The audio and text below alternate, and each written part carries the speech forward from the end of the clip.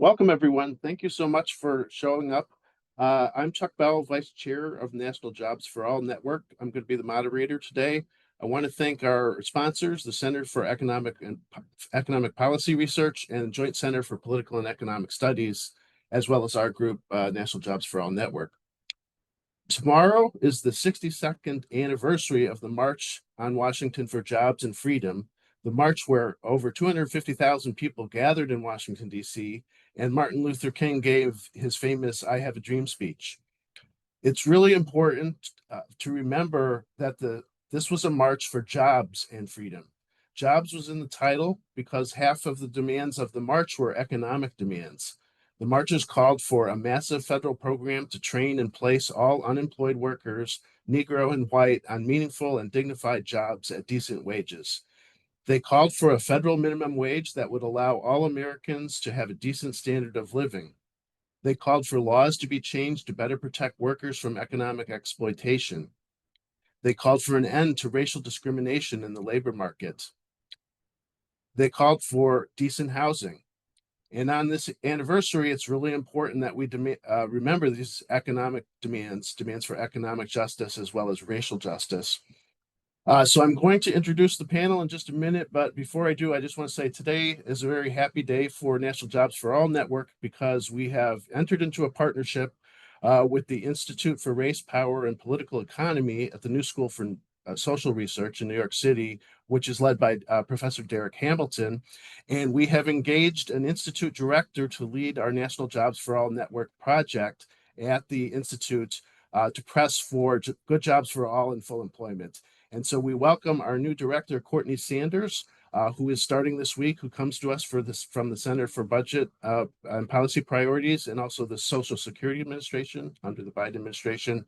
And she will be leading our work for full employment and jobs for all. I'm sure she'll be interacting with many of you over the year to come. So she's on the call. Thank you. Welcome, Courtney. And I'll put your bio here in the chat in just a second. We're so happy that you're taking this leadership role to fight for this important cause.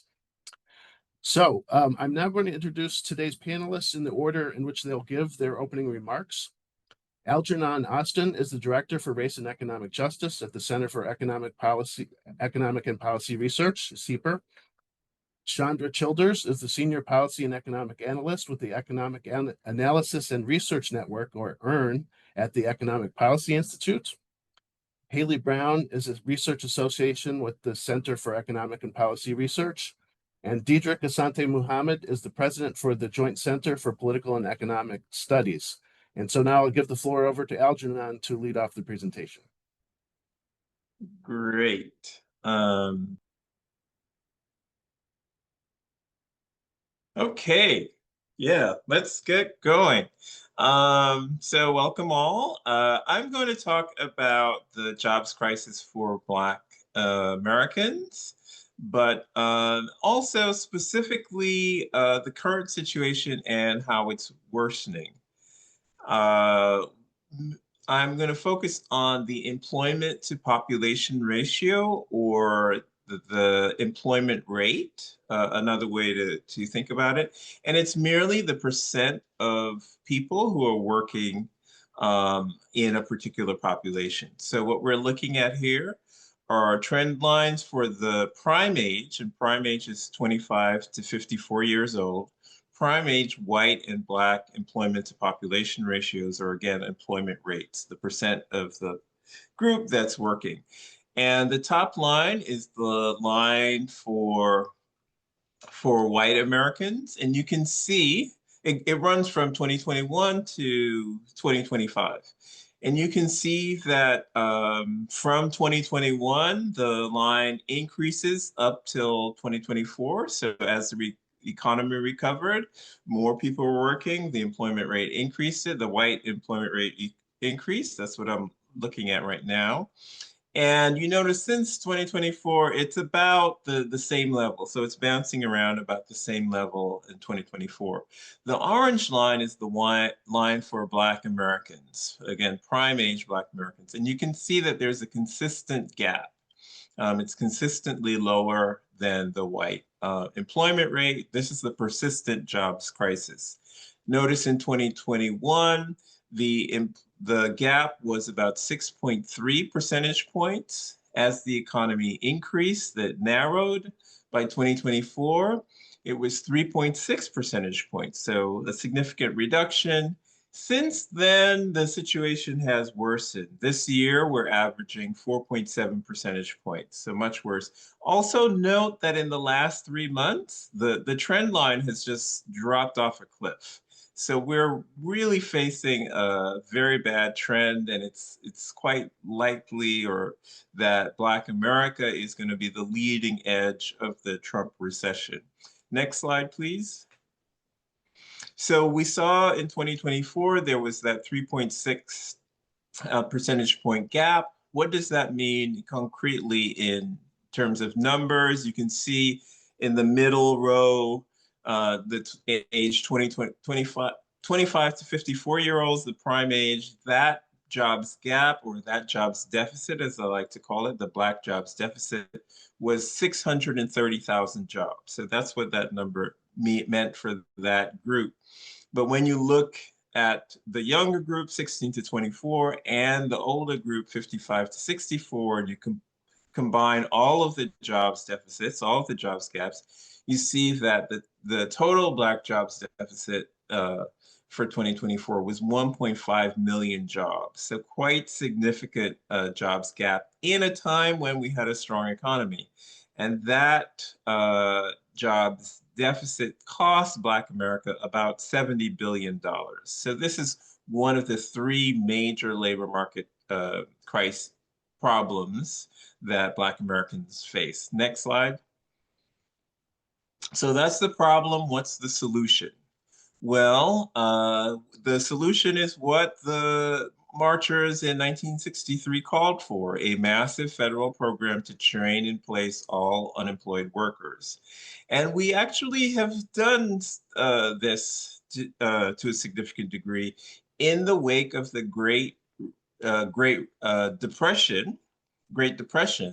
The federal government created the Works Progress Administration. And from 1935 to 1943, that administration subsidized over 8 million jobs and put over 8 million Americans to work. We can see in this slide in 1939, there were over 400,000 Black workers in WPA jobs. The labor market today is much larger than it was in 1939. And so 400,000 jobs in 1939 is equivalent to about 1.4 million jobs today. So we know how to create a large number of jobs. We have the ability to close the Black jobs deficit. We can have a federal program that's targeted to high places with high rates of joblessness. And although it disproportionately affects Black workers, it also affects whites in Appalachia, American Indians, close to reservations, Latinos in the Southwest. So it's definitely necessary, and it's a solution to this problem. Thank you. Next presenter.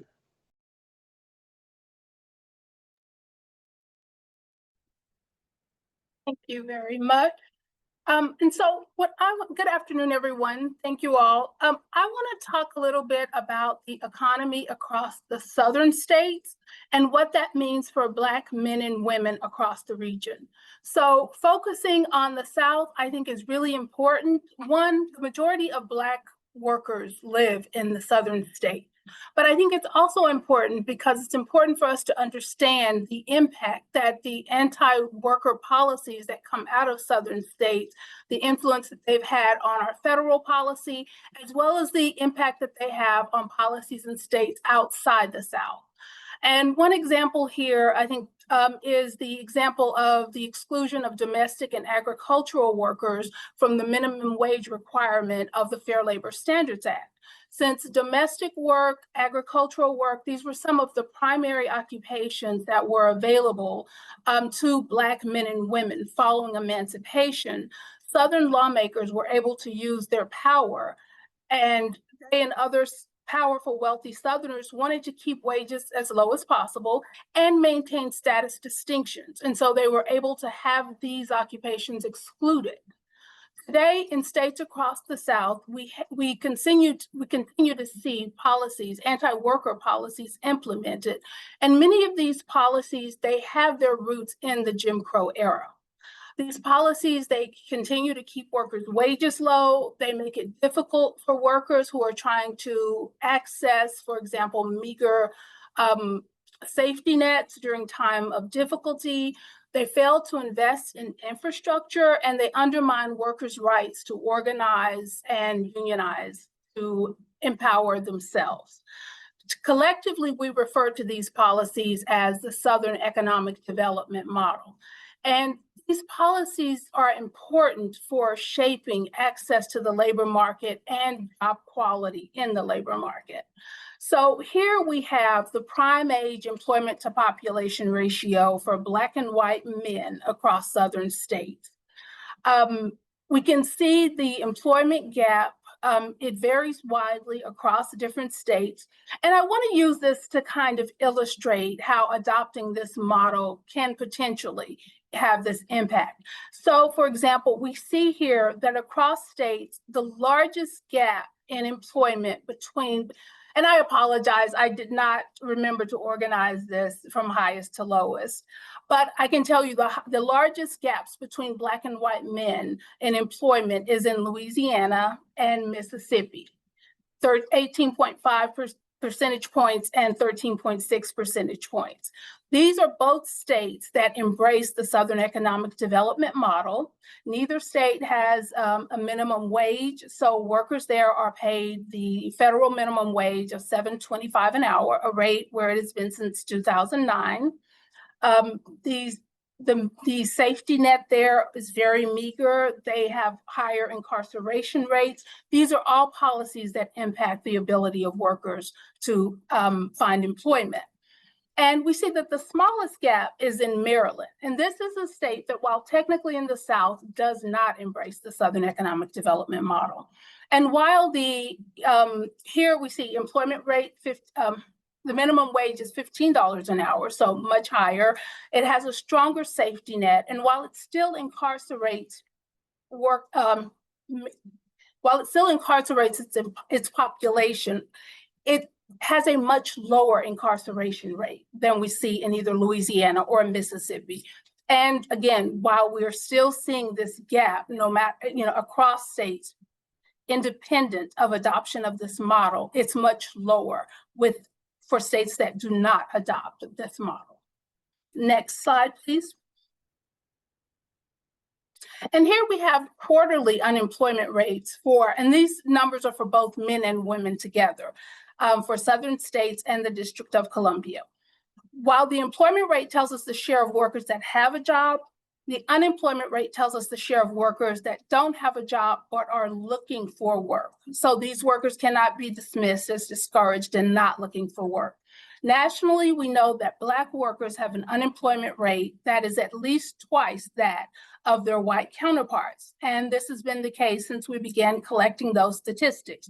Here we can see that this is also true at the state level for the vast majority of states across the South. And I think it's really important to point out here that while the unemployment rate for Southern white workers never exceeds 4%, the unemployment rate for Southern Black workers range from 4.2% to 10.3% in the District of Columbia. And the next slide, please.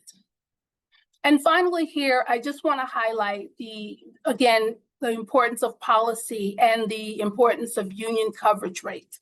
Governors and other lawmakers, as part of the Southern Economic Development Model, strongly oppose unions. And most Southern states have managed to keep their unionization rates very low. 8 of 10 states with the lowest union coverage rates are in the South. This has been accomplished through a variety of means, including violence. And there are many reasons that Southern states oppose unions. The one I just want to highlight here is one that is really dangerous to undermining the Southern economic development model, and that is the ability of unions to bring workers together across lines of difference, across racial, ethnic, immigrant, gender, and other differences, and it empowers these workers. But to tell us more about unions, I don't want to go too deep into that. I will now turn it over to Haley to talk to us a little more here. All right, thank you so much, Chandra, and thank you so much, everyone, for having me here today. Before I get started, I just want to specifically thank my co-author, Jordan Billings. The report that I'm about to discuss, he made a lot of contributions to that, wonderful former CEPR intern. So thank you very much for that, Jordan. So I'm here to talk a bit about the role of unions in advancing economic justice for the working class, and Black workers are by and large working class. So the evidence shows that Black workers, once largely excluded from the official US labor movement, have made significant strides towards securing wage and benefit premiums associated with union representation. After controlling for other factors, using pooled data from 2016 to 2024, we found that Black workers with union representation enjoy a 13.2% hourly wage premium, which is $3.73 extra an hour, relative to their peers without union representation. We also found that Black workers with union representation were more likely than non-union Black workers to have employer-sponsored health insurance and retirement benefits. Specifically, we saw a 15.7% increase in access to employer-sponsored health insurance and a 53.7% increase in access to employer-sponsored retirement. Next slide, please. So we also found that Black workers without a bachelor's degree enjoyed an especially high union wage premium, making 18.6% more than their non-union peers, even after controlling for other factors. So things like industry, gender, et cetera, et cetera. The union wage premium for Black workers without a bachelor's degree was $4.01, and the union wage premium for those with a bachelor's degree was $2.12. So we're seeing almost double the dollar union wage premium for those without a bachelor's degree. Next slide.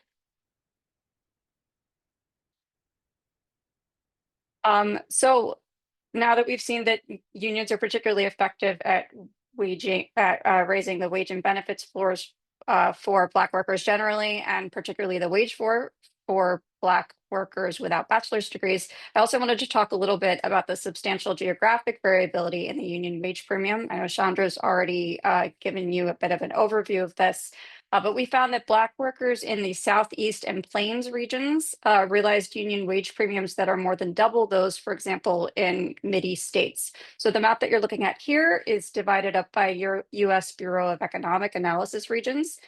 We use these in part because of what Chandra just alluded to, things like Maryland being included in the South and census regions. The Bureau of Economic Analysis regions include Maryland in a different region that matches up better with the economic models that we're seeing in these regions, in these states that make up these regions. So the Plain states, which have the highest union wage premium for Black workers, include North Dakota, South Dakota, Nebraska, Kansas, Iowa, states like that. And then the Southeast encompasses a lot more states, but it's basically cuts off the Southeast region below Maryland rather than including Maryland. So the geographic variation in our results is pretty unsurprising. What we're seeing is that unions are especially beneficial in states that have a legacy of anti-worker policies, and particularly those that have anti-worker policies that have disproportionately affected Black workers. The high union wage premium for Black workers in the Southeast in particular is consistent with a pattern where unions deliver especially large pay boosts in regions with weaker labor protections and lower baseline wages. But this gets us into an unfortunate situation where the workers who benefit most from unions are also the least able to access them and have the hardest time organizing them. We know that the uneven geography of the union advantage has historical roots, as Chandra has already discussed. But The ultimate thing nationally is that unions remain a crucial mechanism for advancing an economic justice agenda for Black workers, but the degree of progress unfortunately continues to depend heavily on where they live and work. And with that, I will pass it to the next person.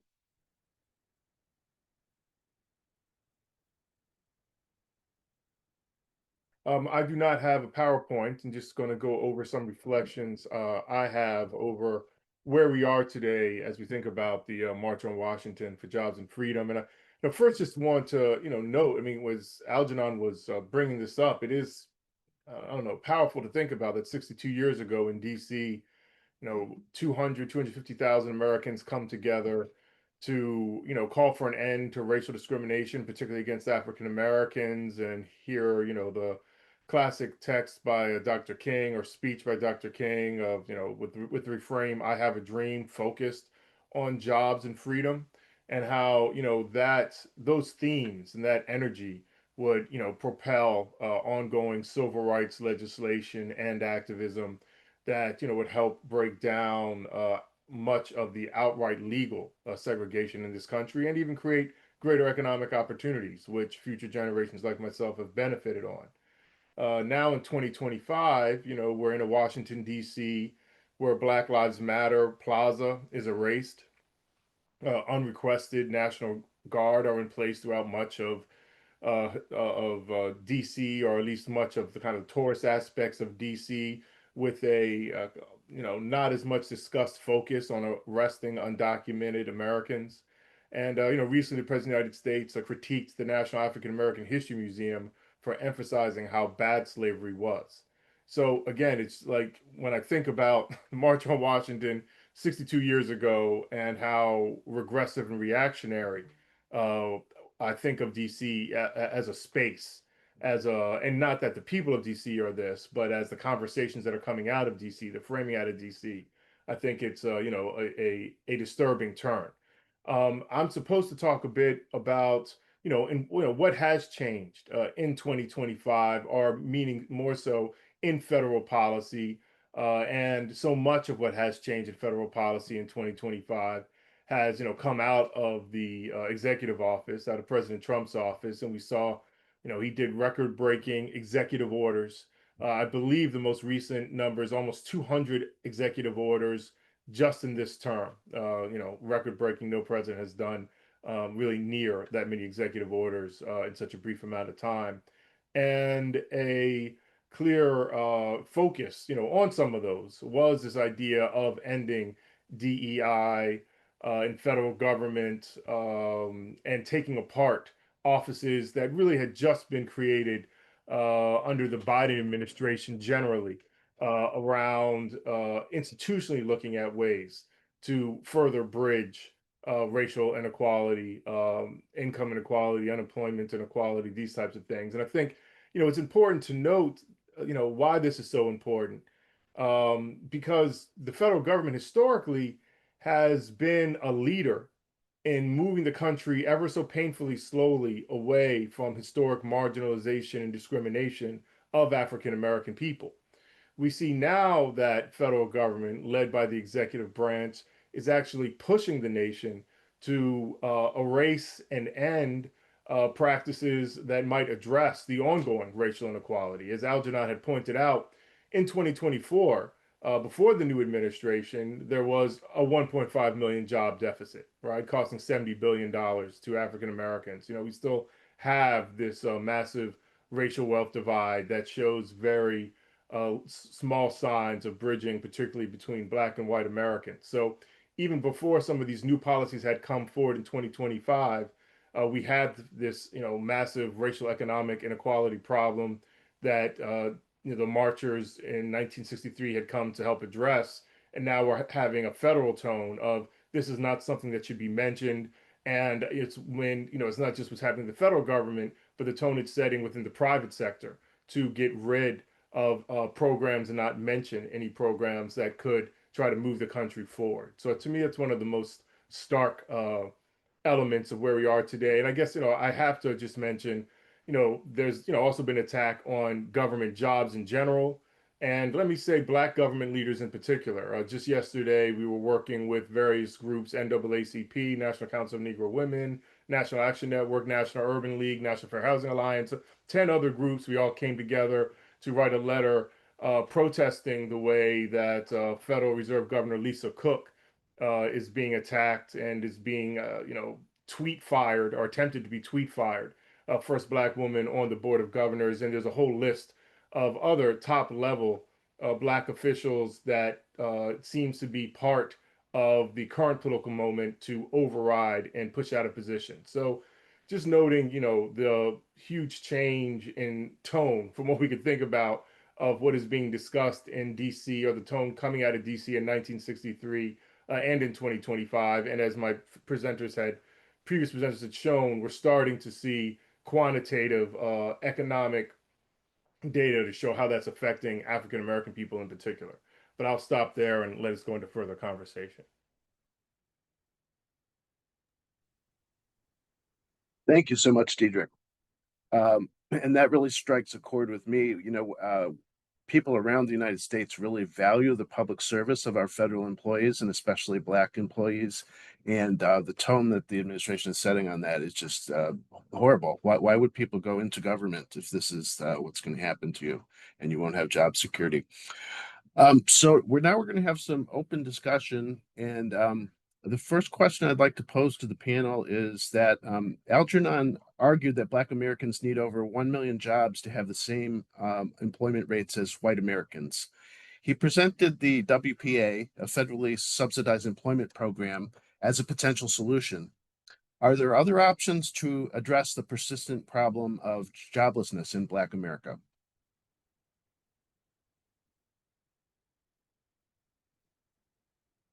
Anyone like to go first on this one? Sorry, I thought that question was to Algernon. It's to the whole panel, so welcome anybody's thoughts on it. Well, I mean, clearly there are other options in that, you can have an outright, federal subsidized employment program, which I think is, one of the most direct targeted ways of actually addressing this problem. I think, and so I think that's important. I think what's actually outside of like what could be done more to move it forward, I think what we're seeing is what policies could be making this even more challenging right now. We have such great economic insecurity, this kind of ups and downs of tariffs, making the privates, I'll give that the first Trump administration pre COVID was, open to doing types of investment and really trying to stimulate the economy and get it moving forward. Now, I think you need targeted federal programs to really address racial inequality, but you do need a strong private market as well. I think right now we're seeing that the private market is the spending is being much more conservative because it's such an unclear economic environment. And I think as Algernon had put forward, we're starting to see, month after month increase in Black unemployment. So I think, one big takeaway I'll take right now is that the insecurity, and that there's almost no, I wasn't for the rules, the economic rules that kind of run our economy before, but at least they were understood. Right now, no one understands what the rules are.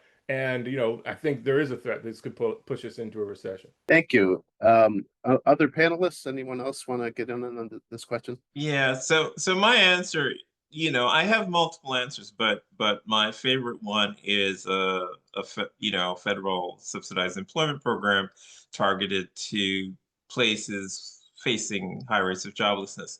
So if other people want to go, or else I'll keep talking.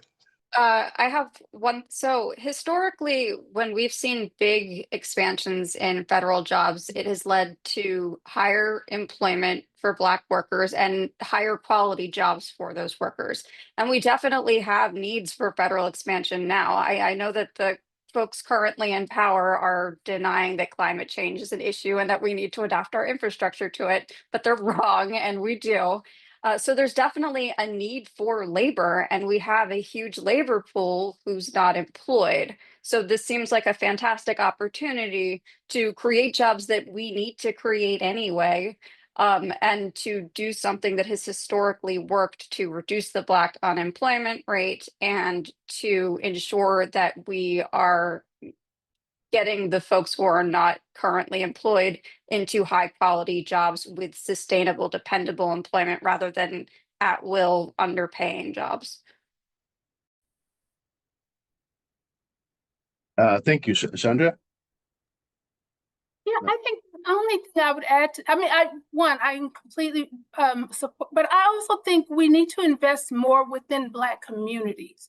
I think one of the things that what we see is a lot of policies is extracting value out of Black communities rather than putting resources into those communities.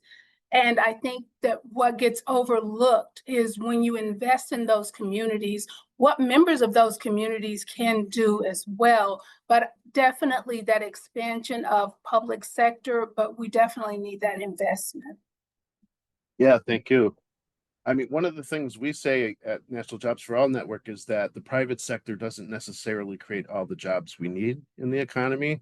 And we have massive social needs for affordable housing, for childcare, for elder care, for infrastructure construction. So to the extent that the federal government could invest more significantly in the needs in clean energy, as was mentioned, those are all areas where we could create many more jobs that would be available to people throughout the country. Algernon, did you want to add anything more? No, that's all great. Okay. Next question. Oh, sorry. Go ahead. Yeah, go I ahead. had one more thing to add, just because I think that, and this is actually adding to what Chandra was saying, a lot of when we look at like community resilience, a lot of the communities that need the most infrastructure investments are also communities where we see even higher unemployment rates for Black workers. So investing in our shared infrastructure is also an investment in these Black communities. Thank you. Thank you. That's really well taken. Next question is, one of the demands of the march was to broaden the reach of the Fair Labor Standards Act, which would give minimum wage protections to more Black workers.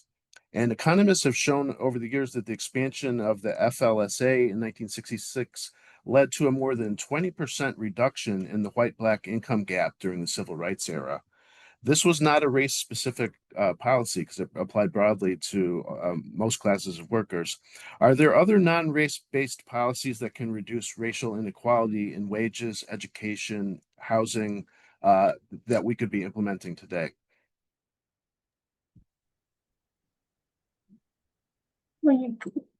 Okay, Haley, go ahead. No, Chandra, yeah, I spoke last. You go first. No, I think there are a lot of policies that don't necessarily have to be race-based, but I think at a bare minimum, if we take seriously job quality, and here I think about Black workers, like if we've got policies in place that ensure that that the worst jobs are good jobs, that we improve those jobs, then by definition, you lift all workers up by focusing on job quality across the board. And then for that particular piece of it, you don't need a race targeted policy, just by making things better for all workers. Haley. Yeah, I very much echoing what what you just said. I think that we definitely need policies that lift up the working class as a whole. And I actually think that race targeted policies will be more effective if they are paired with those policies, because we really need both, and you're less likely to see resentment if you are targeting both of those elements. Just to answer the question about a specific policy that I'd like to see that I think will go a long way would be universal health coverage. It's really hard to maintain stable employment if you don't have the health care that you need. And that's something that would lift up the entire working class, but it would specifically like it would actually in particular help Black communities who tend to have higher rates of disabilities, especially at the older end of the age spectrum. Just speaking of disability, this is, I think, really analogous to something that's talked about a lot in disability circles, which is the concept of universal design.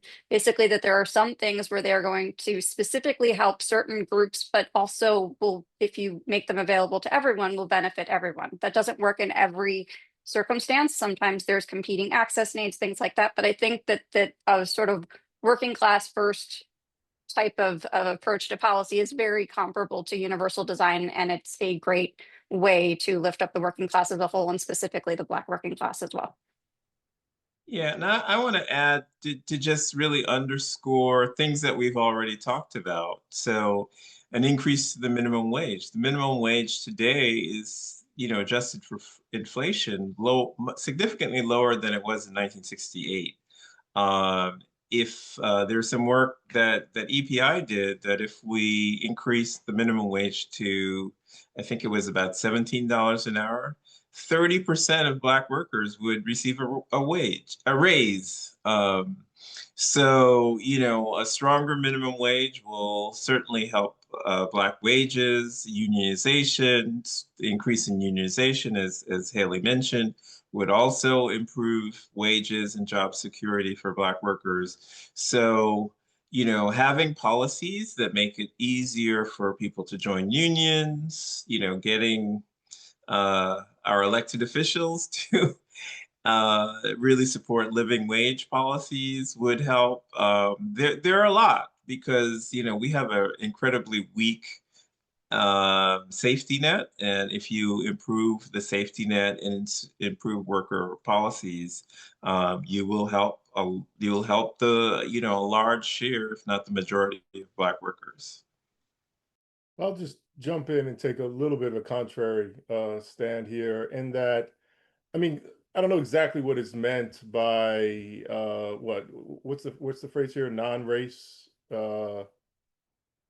Non-race-based policy. I mean, most all policies over the last 50, 60 years have been race-based. I mean, meaning, like, even the abolishment of slavery wasn't like Black people are free, right? Like, so we haven't had a problem with, we've tried so much race-based policy to uplift disenfranchised minorities. We've had race-based policy almost exclusively to elevate whites and maintain white supremacy. And then we've had, arguably non-race-based, or at least not race-specific policies to address those issues. And I think part of the challenge, I think that has been part of the challenge of why we've had such little progress in bridging racial economic inequality, particularly for African Americans, Indigenous people, because we haven't been willing to be focused on those groups enough, whether it's the Civil Rights Act of 65 or Voting Rights Act of 65, Civil Rights Act. So but clearly there are, and there are many policies, universal health care, full employment, which, Joint Center would be very supportive of and can have a disproportionate impact on these communities. And so we're not against, non-race-based policies, but non-race-based policies are the norm. That's not, I'll just leave it there. No, thank you. Thank you. Yeah, go ahead. Sorry, I don't mean to keep interrupting you. So I think that was a really important point, and reflecting on it, part of me is wondering if, like, just because something doesn't explicitly call out race doesn't mean it's not a race-based policy, because if it's going to disproportionately impact one group versus another, even if you don't say the word race in there, traditionally we haven't necessarily said the word race, just like Dietrich pointed out, but those policies did uphold white supremacy. So I think that even if you have a policy that is not explicitly race-based, even if you're not using those explicit words, it's still really important to think through what the implications are going to be of that policy for different communities, and not just based on race, but based on plenty of other intersectional traits as well. And I think that, sorry, teacher, go ahead. No, you finish. And the other thing that I've been thinking through is just that we don't necessarily have to reinvent the wheel here. So I know, like in the 1960s, Bayard Rustin proposed a freedom budget, which included things like national health insurance, full employment, high quality, affordable housing. And I think that trying to implement something like that would go a long way, even if you don't use race-specific terms when you're drafting the text of it.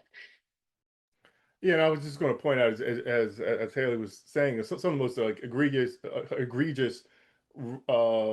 policies that have been racial discriminatory have not been race specific, right? Have been saying like you can't vote if you can't read, right? You can't vote unless, creating barriers that have not been. So, again, it's just you can have very, and then classic Social Security and how Social Security was supposed to uplift poor people, but it was designed to make sure that agricultural workers, which were predominantly Black, and there's explicit racist focus on this to make sure that Black workers weren't getting this. So policies can, as been already been stated, but policies can be non-race based and be very racist, and that's been a challenge.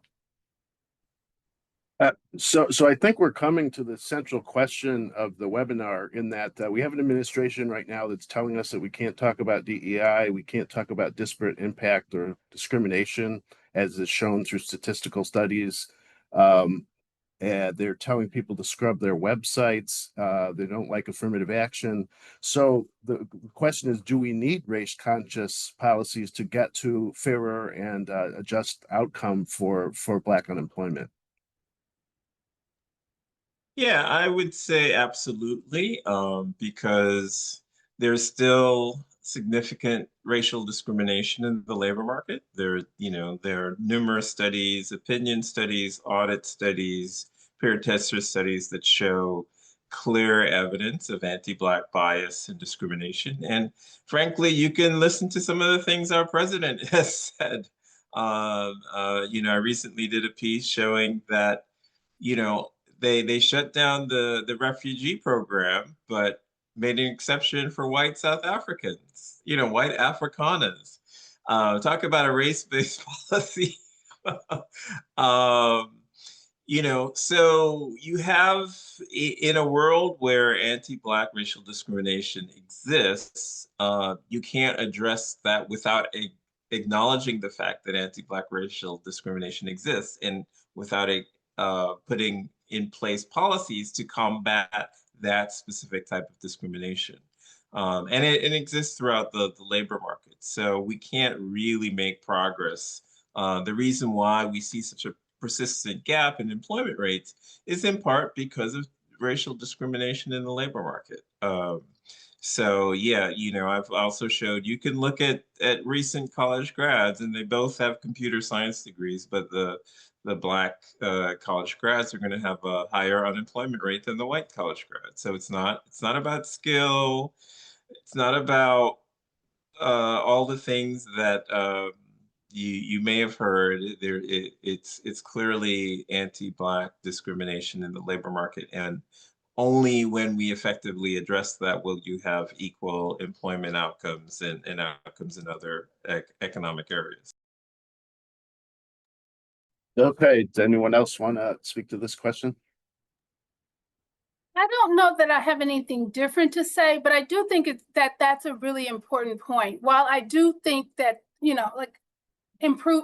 having a floor for job quality is important, without that extra step of ensuring that it doesn't get distorted, that without a race-based policy as well. And, as Algernon was talking, I'm sitting here and I'm thinking about DEI. This was something that's meant to talk about the removal of barriers, and then it gets repurposed as something that somehow indicates that you are less qualified, or that you're, being able to use that language in that way. So it definitely does require a full evaluation of what are the barriers, and making sure that it is not distorted and that the impact is not disproportionately geared towards some groups and away from others, because that's too easy in our very segregated society to funnel different resources or cut them off in that way.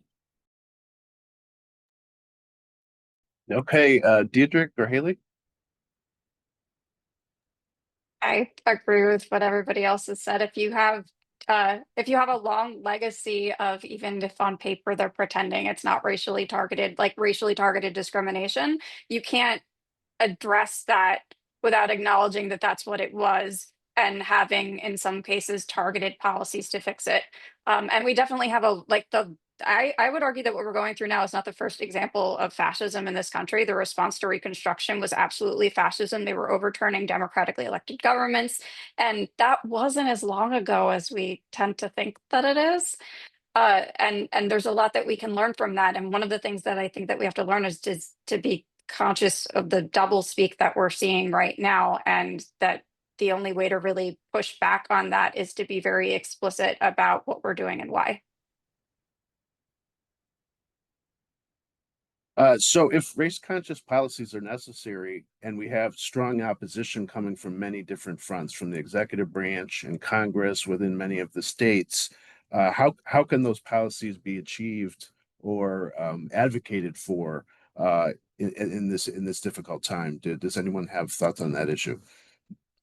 Well, I'll just note, I mean, again, if we're looking at 62 years from the March on Washington, and if we're saying it's too hard now to fight for policies that will end discrimination in 2025, when we can look back at 1963, when, most African Americans couldn't even vote, you didn't, so like uh, it's what we've always had to do in this country, is kind of continue to fight against the odds. Every time there's a step forward, there's a half step to two steps backward, and you have to keep moving this forward. I always remember my mother talking to me about when they finally made there be end segregation in the public parks in Alabama where she lived. What they did is they took away all of the benches and all of the tables at the library. So, well, at least blacks and whites can't sit together, right? So there's always this type of dramatic reaction. And I think, that's one thing we should talk a little bit about. It is kind of fascinating that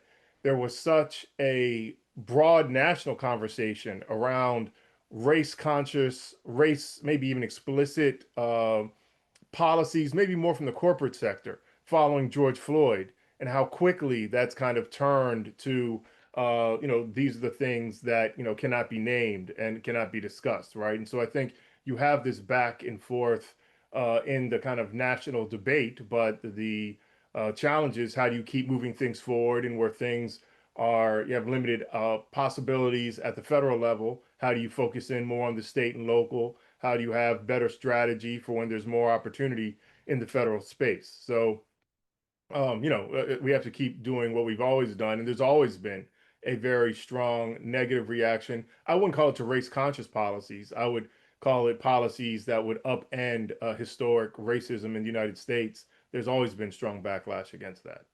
I mean, like, again, King was killed, right? Like, it didn't end with the March on Washington. He didn't get the dream at the end, right? So, like, there's always been the pushback, and there's been much more dramatic pushback historically than even what we're facing today.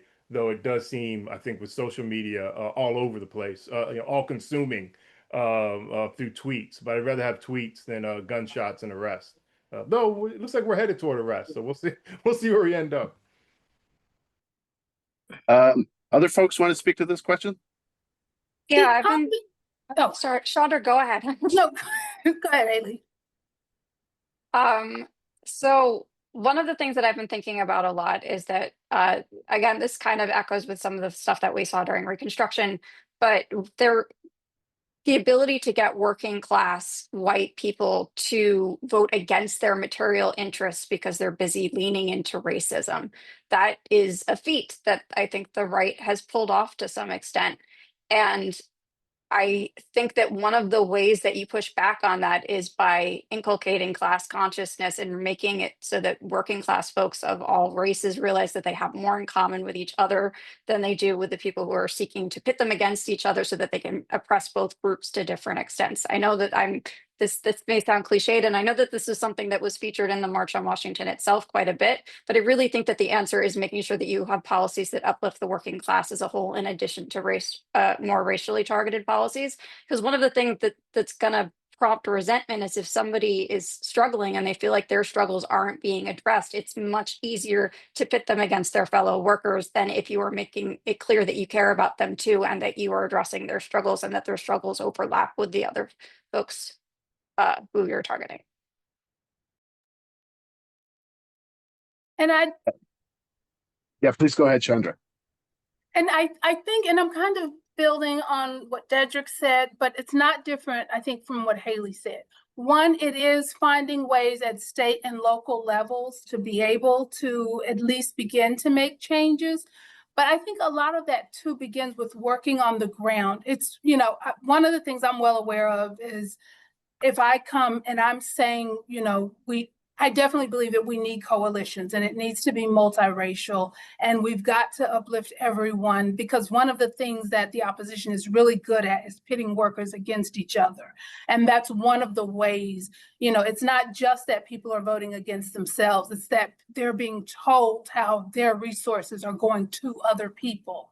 And it looks like to them that those other people are getting stuff that they worked hard for and they're being told those other people didn't.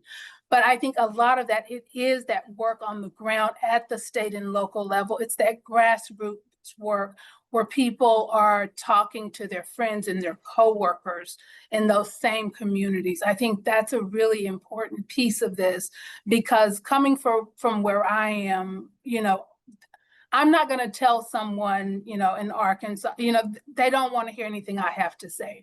But I think it is beginning to work at those state and local levels and those grassroots efforts. Yeah, and Go ahead. just to complement what other people are saying, I think that's absolutely right. That people are the strategy has been, to tell white workers that, oh, you didn't get the job because some other person, some person of color got the job, or some people of color get all these opportunities that you don't get, which of course is absurd. Or the immigrants are getting all these opportunities that you're not getting. So the opposition has been very effective at spreading this mythology, right? The reason why opportunities, it's more difficult, upward mobility is more difficult for the white working class today is not because of Black people, it's not because of immigrants, it's because unions have been attacked, wages have been suppressed, the top 1% is getting more and more wealth than we've seen in generations. But as long as they can keep us distracted and focused on other, keep the, white working class distracted and focused on blaming Black people or immigrants or somebody else, then they can continue to build and extract their wealth. The billionaire tax bill that was just passed was extremely, probably the most regressive tax bill, I don't know, maybe ever. The richest 1% get hundreds of thousands of dollars while they're taking away money from, middle class, working class, and poor households. So the work that needs to be done really needs to actively combat that. And I think that many civil rights activists really, in my view, focus their strategy purely on the courts and invested, if I can win this case, then I'm protecting civil rights, and not paying attention. I mean, the attack on affirmative action and the attack on DEI really started in the 1970s. The, 1776, you mean? Is that what you're talking about? Maybe, but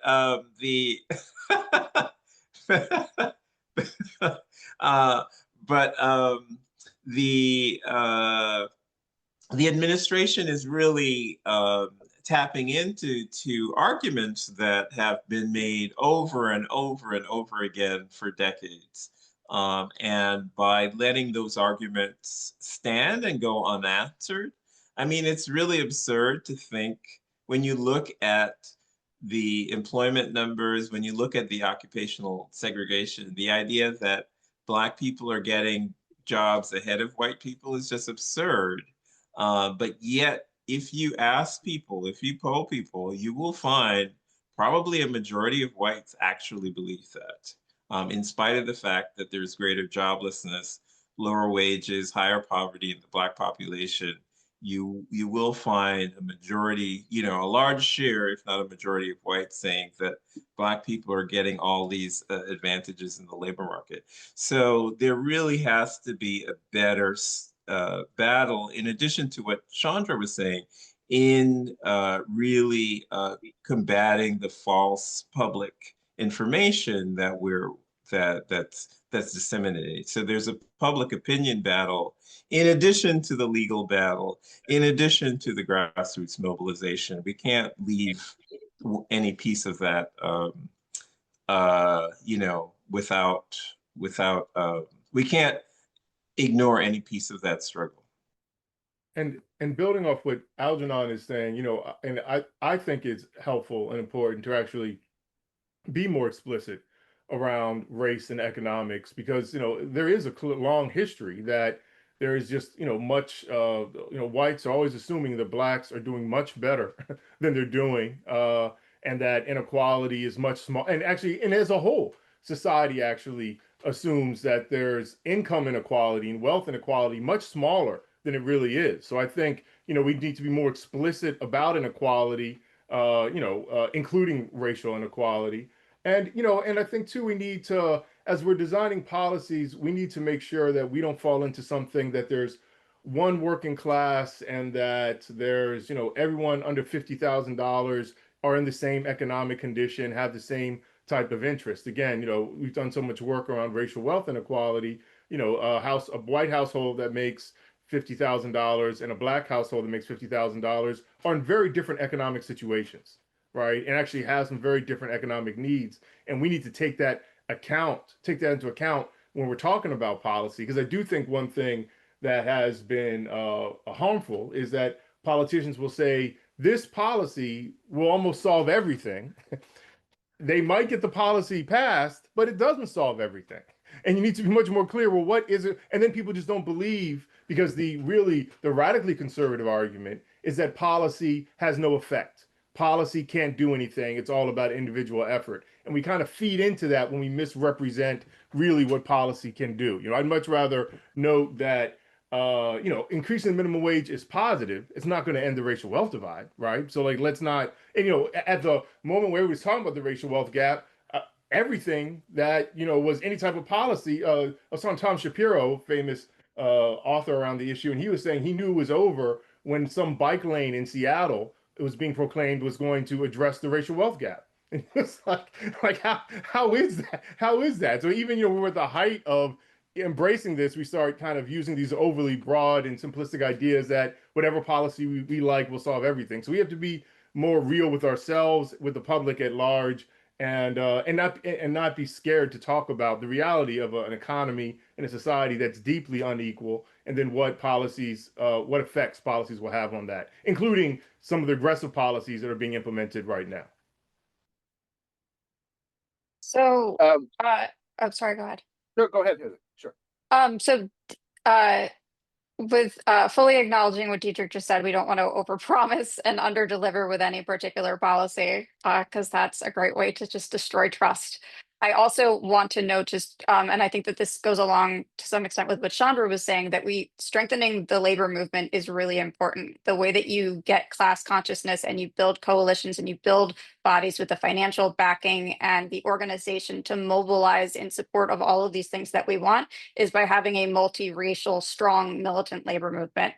And unfortunately, in the places that's most beneficial and that we most need it, those are also the places where workers face the most pushback and organizing. And I think it would be remiss to say, to not mention that when those employers are figuring out who they're going to target amongst organizers, they often disproportionately target Black workers.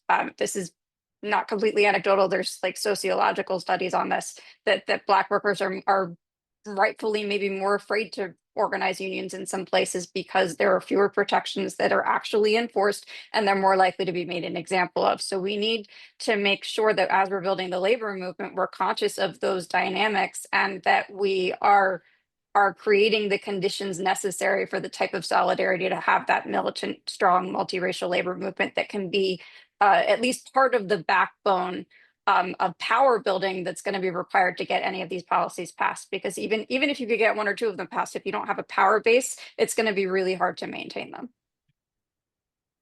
So Chandra or Eltranon, would you like to make any final comments as we wrap up?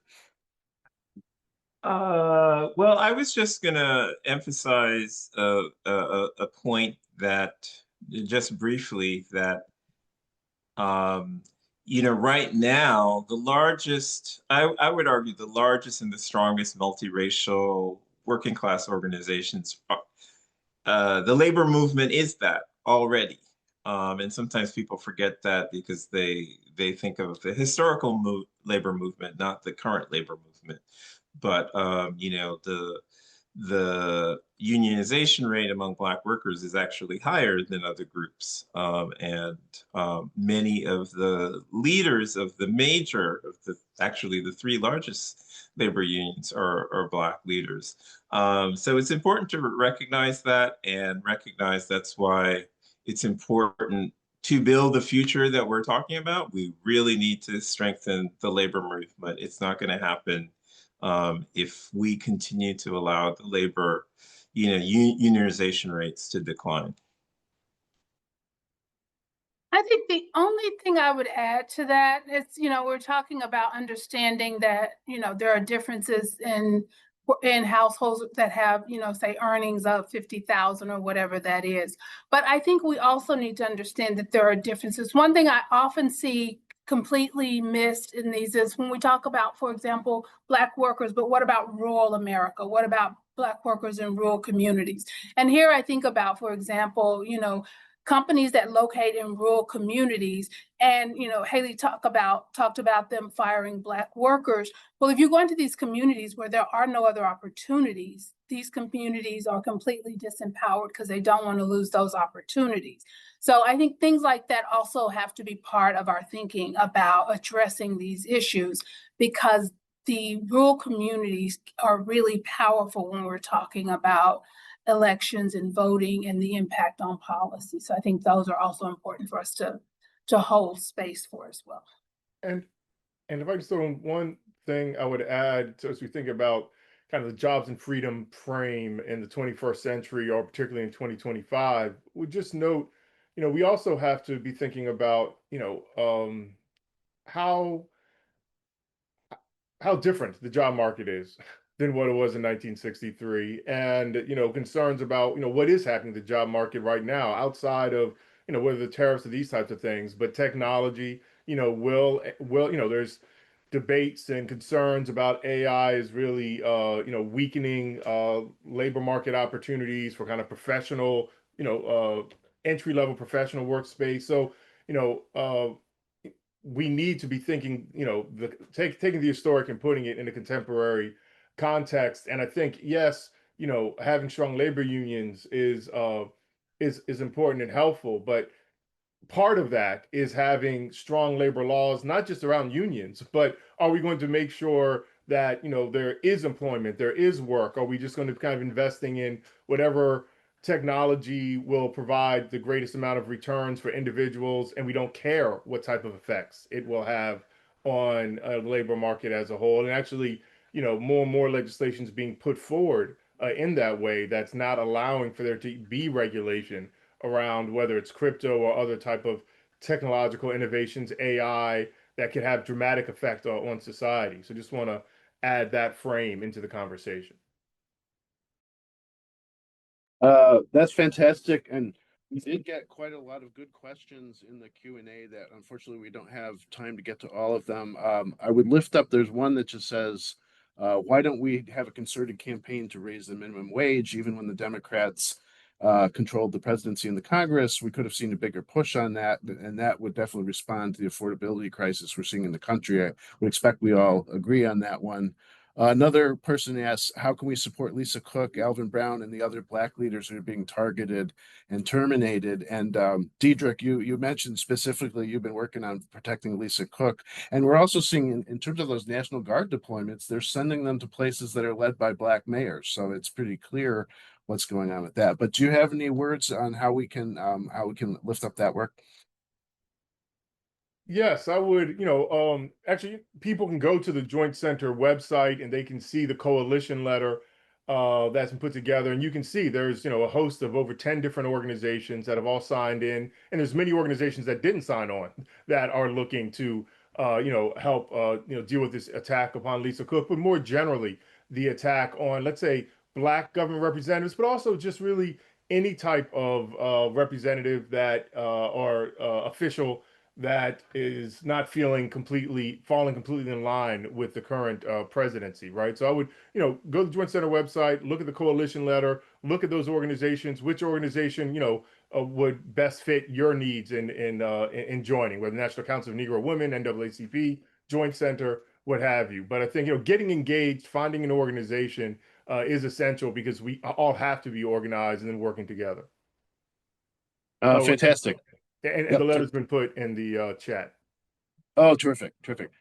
Well, I want to thank everybody for joining us today. I want to thank you for your advocacy for economic and racial justice. I think one implication of what we just discussed is, we really have a massive communications challenge here, is that the president has this enormous megaphone. I think a number of the speakers have pointed to the fact that we need to get our side of the story out. We need to reframe how people look at these issues. We need to address a fair economy with inclusion for all segments, and particularly those folks who have been the most discriminated against and most left out. I want to commend the book, The March on Washington by William P. Jones. In case you haven't read this, it's a fantastic book. It points out the great history of organizing that led up to the massive march, starting with A. Philip Randolph all through the 50s. So it's really a great story of citizen-led grassroots organizing, one by one, as Chandra was saying, like reaching out to people and talking to them about these issues. So I hope you'll take away some inspiration for that. Dean Baker from the Center on Economic and Policy Research will be interviewing William P. Jones on his Mostly Economics podcast tomorrow. And I think we can put the link in the chat for that. So we encourage people to tune into that interview. And so thank you again. Also, we have Representative Bonnie Watson Coleman in the past has introduced a bill that's actually called the WPA Act to create pilots for guaranteed employments around the country. And we're expecting that she may do so again before too long. So keep your ear to the ground for that. We'll definitely keep you informed. So again, thank you for tuning in, and thanks for your advocacy for full employment and good jobs for everybody, and for addressing the serious challenge of Black unemployment.